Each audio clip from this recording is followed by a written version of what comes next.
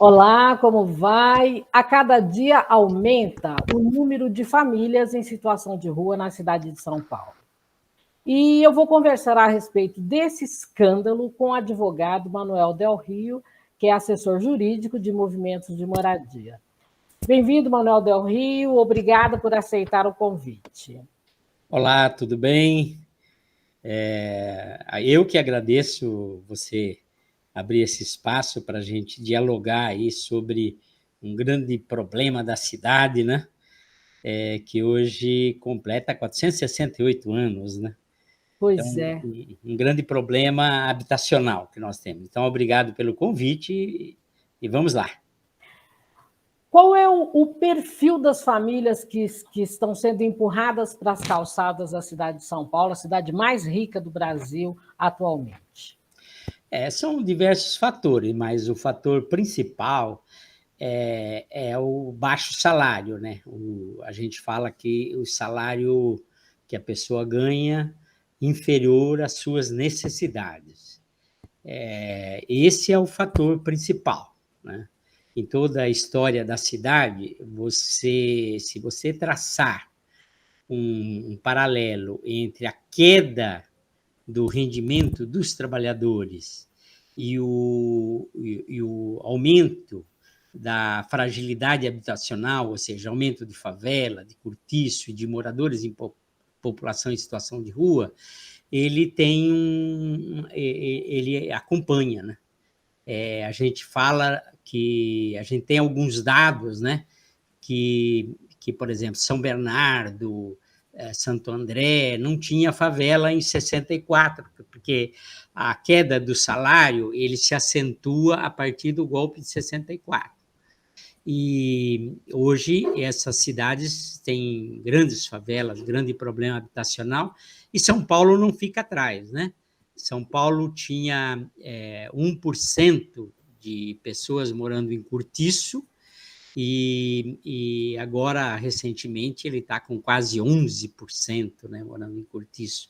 Então, o fator principal é o salário abaixo do seu valor, ou seja, das necessidades da família. Mas tem outros, né? O desemprego. O desemprego é outro que ele colabora, né, com essa questão do baixo salário. Hoje também tem a precarização do trabalho, né? Então, tem muitas pessoas fazendo trabalho precário. Trabalho precário, na verdade, o trabalho não é precário, o que é precário é o salário, né? A pessoa trabalha muito, mas o salário ele é insuficiente para a pessoa sobreviver. Então, esse é um fator base, mas existem outros, né? Se não me engano, você apresenta outras questões, mas o desemprego e o salário. E hoje, eu vi a estatística aí sobre o aumento da população em situação de rua, também tem os idosos, né? Ou mesmo adultos que já passou de 40 anos, que não ingressa mais no mercado de trabalho e que não tem previdência, ou se tem previdência, é uma previdência precária. Então, também está vindo muitas pessoas para a rua, que ele está naquela fase que ele teria que ter uma previdência, e ele não tem, ele chegou nessa fase da idade sem previdência, e então ele acaba indo para a rua, às vezes, com a família inteira, né? Imagine você trabalhar a sua vida inteira, construir a riqueza do país, e na hora que você precisaria de uma aposentadoria para envelhecer com dignidade, e aí tudo que o país consegue te oferecer é um espaço na calçada, até que venha uma mangueira, né, para limpar a calçada. Agora, Manuel Del Rio, qual que é a principal contradição da cidade de São Paulo, com quase 40 mil pessoas morando em situação de rua? Eu acho que a principal contradição é aquilo que nós estamos falando, né? Que é o desemprego, o salário baixo, você tem também as finanças públicas, elas são corroídas por aqueles que dominam a cidade, né? Aliás, tem uma frase que fala onde quem tem a terra tem o poder, né? Manda, né? E quem tem o imóvel manda na cidade de São Paulo. Então, você vê, hoje você tem em torno de R$ 1 bilhão que 500 você paga os banqueiros, né? E os outros 500 são sonegação, furto de impostos. Então, você não tem recursos públicos investidos na questão habitacional, na questão que vá proteger essas famílias que não conseguem o acesso à moradia. Então, você tem um conjunto de fatores, né? Aqueles domicílios que nós sempre tivemos fechados aqui na cidade de São Paulo? Então, nós temos muitos, né? Muitos domicílios. O último dado que nós temos é de 2010, né? Porque esse governo fez o favor até de não publicar o IBGE, né? Mas o último dado de 2010, nós tínhamos em São Paulo 293 mil domicílios vazios, né? Domicílios, isso é domicílio, não é área comercial.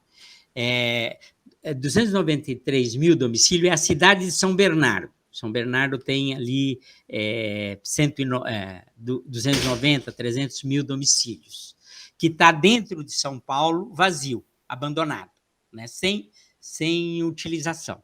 Ou seja, é o equivalente a uma cidade de São Bernardo vazia. Fantasma. Fantasma, sem utilização. Agora, cresce a isso os imóveis comerciais. Hoje, com essa história da pandemia, do trabalho em home office, a maioria dos escritórios de salas comerciais estão vazias. O centro de São Paulo está cheio de salas comerciais vazias. Então, você pode dizer que você tem 500 mil espaços que na verdade, daria para resolver o problema habitacional da cidade, vazios. E, às vezes, prédios inteiros, né? Você tem imóveis inteiros vazios. Então, nós temos aqui na São João, a gente chama de espigão. É um imóvel que ele tem 333 como é que é? Kitnets. E ele está vazio, né? E está há mais de 20 anos. Você tem um caso bastante simbólico do edifício Prestes Maia, que agora vai ser reformado de 287 unidades. Você tem centenas de imóveis, às vezes o prédio inteiro vazio, né? Então, você tem um desperdício muito grande. Desperdício, assim, que essas propriedades acabam não tendo função social, né? Então, ele é um desperdício para a cidade. Entretanto, os proprietários ganham muito dinheiro com esse desperdício. Se ganha mais com esses imóveis do que qualquer aplicação financeira. Você pega o caso do edifício Prestes Maia. O edifício Prestes Maia, há 20 anos atrás, quando o Sem Teto e a prefeitura começou a negociar com o proprietário, ele estava oferecido para a prefeitura a 5 milhões de reais.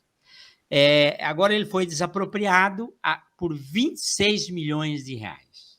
Então, ele tem um ganho de 400%, 500%. Isso, nenhuma aplicação financeira rende essa importância. Então, o investimento em imóvel ele é mais rentável que qualquer outra aplicação na cidade.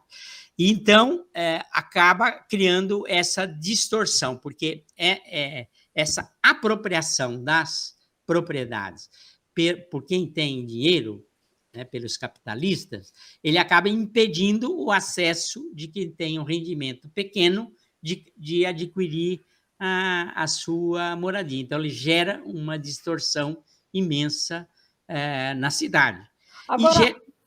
Agora, Manuel, eu me lembro que na votação do IPTU progressivo, discutia-se que, a partir da implementação do IPTU progressivo na cidade de São Paulo, você criaria meios para impedir que os especuladores continuassem especulando com seus imóveis, ficassem devendo muito tempo impostos e depois tivessem ainda a benesse da anistia, pagariam um pouco e venderiam quando fosse melhor negócio, ou vender para a prefeitura ou vender para o mercado privado, mas quando fosse melhor, quando aquela área tivesse mais valorizada. Então, era uma promessa do IPTU progressivo. O que virou o IPTU progressivo da cidade de São Paulo? O IPTU progressivo era uma grande esperança, que era uma proposta que estava no Estatuto da Cidade, né? Que foi aprovado no Congresso Nacional e tal. E o Estatuto da Cidade propunha o IPTU progressivo, mas propunham outros instrumentos, né? Que se a pessoa não cumprisse, por exemplo, você podia desapropriar o imóvel. E essas partes do Estatuto da Cidade, que eram mais avançadas, elas foram tesouradas lá no Congresso. Então, essa proposta do Estatuto do Imposto Progressivo, ele ficou sem remédio, né? Então, por exemplo, tá bom, vamos cobrar o imposto progressivo, mas não tem remédio. Por exemplo, se ele não pagar, não tem remédio. Fala, não posso te desapropriar, não é? Então, essa proposta ela foi esvaziada, né, o imposto progressivo. Então, assim, se a pessoa ficou 5 anos sem pagar, e aí depois... Então, isso daí, os proprietários conseguem manobrar e o imposto progressivo acaba não tendo efetividade. Nós apresentamos, e eu lembro da época da discussão do Estatuto da Cidade, outra forma de imposto progressivo, né? Que a gente entende que é muito difícil resolver o problema habitacional da cidade se não tiver uma política pública apropriada. Por exemplo, o imposto progressivo, ele deveria ser sobre a quantidade de propriedade, né? Então, você tem uma propriedade para você morar, você paga um imposto justo. Você tem uma propriedade para ter um negócio, você paga um imposto justo. Mas se você tem uma propriedade a mais para especular ou para alugar, você pagaria um imposto, ia subindo o imposto, né? Isso seria um imposto progressivo para obrigar os proprietários a ou alugar, né, o imóvel dele, ou vender. Então, você jogaria para baixo o preço dos imóveis, e aí facilitaria dos trabalhadores ter acesso à propriedade. Então, uma era assim.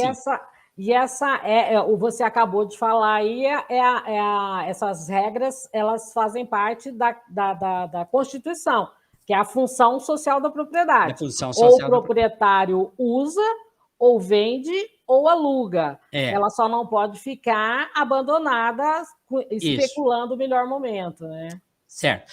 Então, do imposto progressivo, então a gente fala pela quantidade da propriedade, mas também pelo tamanho da propriedade, né? Então, por exemplo, para você morar razoavelmente bem, 100 metros, 50 metros, né? Vamos dizer assim, pode se estabelecer. Vamos pôr 100 metros, né? Então, você mora em 100 metros, você vai pagar X de imposto. Mas se você quiser morar em 700 metros, você vai pagar imposto mais alto. Então, assim você coibiria a especulação imobiliária e você obrigaria a que as propriedades na área urbana ela tivesse em função da sociedade, né? Mas não tem esses mecanismos, né? E a renda da terra na cidade, para você ter uma noção, São Paulo, segundo os últimos estatísticas que eu vi, ele tem uma movimentação de renda da terra em torno de 40 bilhões por ano, né? Como é que é essa renda da terra? Por exemplo, você vai tomar um cafezinho na padaria, você está pagando a renda da terra, porque você está pagando o aluguel. Se o proprietário não for o dono, ele paga o aluguel da padaria. Você vai comprar uma roupa em qualquer loja, você está pagando a renda da terra, porque ele está pagando o aluguel, por exemplo, nos shoppings, em qualquer comércio. Tudo que você compra no comércio, normalmente No preço já está embutido o aluguel. embutido no produto. Então, e inclusive isso sobe o preço dos produtos, ele provoca inflação, a renda da terra provoca inflação, porque ela é uma renda, de um parasita, que não produz nada, né? Ele tem aquela propriedade, mas ele não produz nada. Então, ela eleva o preço dos produtos que você compra. Ou seja, são muitos os empurrões que quem trabalha recebe para ir para a rua, para não ter onde morar, em função do preço, em função de toda essa especulação. E aí a gente tem visto essa semana o atual prefeito fazendo uma firula em torno de maquetes de casas ajeitadinhas, com toalhinhas enroladas, casas mínimas que seriam... Ele falou primeiro uma leva de 1.000 casas, depois mais 2.500 casas, e que essas casas acomodariam as famílias que estão em situação de rua. Como é que você vê essa proposta da prefeitura, da atual prefeitura? Essa proposta não é nova, né? É uma proposta já antiga, nós, inclusive, conhecemos gente, é uma boa proposta, mas teria que fazer as casas, né? Essa que é a questão, porque tem pouca experiência. Por exemplo, tem uma experiência aqui no Asdrubal do Nascimento, que nós conhecemos, inclusive, pessoas em situação de rua, que saíram do abrigo e foram morar lá, estão muito bem lá, né, nessas moradias lá, né, saíram do acolhimento das ruas e foram para essas, mas teria que ser ágil. Aqui tem alguns imóveis começados, mas não foi terminado, né? Então, teria que fazer em grande quantidade. Então, ela é uma boa proposta, porque a pessoa não compra o imóvel, né? Ele usa o imóvel enquanto ele precisa, enquanto ele não tem onde morar. Então, mas teria que ser ágil nessa construção. O problema é que se faz muito pouco, né? Essa proposta... porque, pelo que nós ouvimos, ele falou em 2.000 unidades, depois mais 1.500, acho, e fala-se que até esse censo, esse último censo, segundo o padre Júlio Lancelotti, ele está subestimado. Né? Não, é bem provável que esteja subestimado. Muito mais gente na rua do que os 30.000 que ele aponta, que o censo aponta. Né? Então, se você tem 40.000 pessoas em situação de rua, 1.000 casas, 2.000 casas... Ele teria que ser combinado com outras políticas públicas, porque tem muita gente que está morando nos abrigos ou morando na rua, que ele carece de outras políticas públicas. Uma política pública só isolada, ela não vai resolver essa questão, né? Então, você lembra, na época anterior, que criou Braços Abertos, que se alugava um hotel e o pessoal do crack ia para lá? Quer dizer, foi importante, mas não foi a solução, porque ela é muito... Você resolve um problema, mas a pessoa tem outros problemas. É pontual. Pontual. Então, a moradia aí, além das escalas, que teria que ser mais rápidas, ela teria que ter alguns outros tipos de políticas públicas, de renda, de a pessoa poder trabalhar e ligar com a renda, com o trabalho, né? Então, ele tinha que ligar. Nessa linha das políticas públicas, até para a gente já caminhando para o final da nossa conversa de hoje, faremos muitas outras, com essa experiência que você tem de décadas na assessoria da luta por moradia, que tipo de política pública de moradia você indicaria em 3 tempos? Agora, para o hoje, já, porque nós temos a cidade com cerca de 40 mil pessoas, né, morando, famílias inteiras morando na rua. Então, para hoje, que tipo de política pública poderia ser feita a médio prazo e a longo prazo? O que é que você indicaria? Olha, no caso da moradia, nós tivemos a experiência aí, do Minha Casa Minha Vida, mas que hoje, nós teríamos, e a gente já vem falando isso há um tempo, de desencadear um processo rápido de adequação dos imóveis abandonados, né?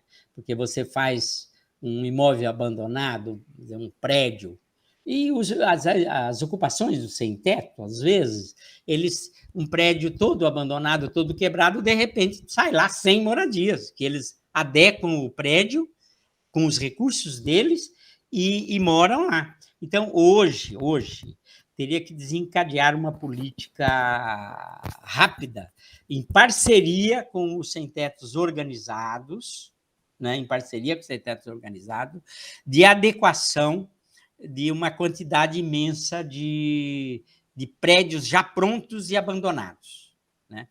E, junto com isso, desencadear também a produção de novas moradias. Então, se você pegar São Paulo, você tem a rede ferroviária federal, o entorno da rede ferroviária federal, que vai da Lapa a São Caetano, Mauá, mas da Lapa a São Caetano, você tem muita terra abandonada ali, no entorno da rede ferroviária. Então, você poderia fazer muitos projetos nessas regiões, você poderia adequar esses imóveis abandonados, e isso teria um impacto não só na moradia, ele teria um impacto no emprego, porque ele precisa reduzir esse número de desempregados que tem, porque senão não adianta nem fazer a moradia, porque um desempregado ele não consegue nem morar quase de graça, né? Então, você combinaria dois fatores, a moradia, um bem social, e o emprego. Então, essas duas coisas, elas poderiam fazer retroceder esse avanço do aumento da população em situação de rua de São Paulo, entre outras propostas, né?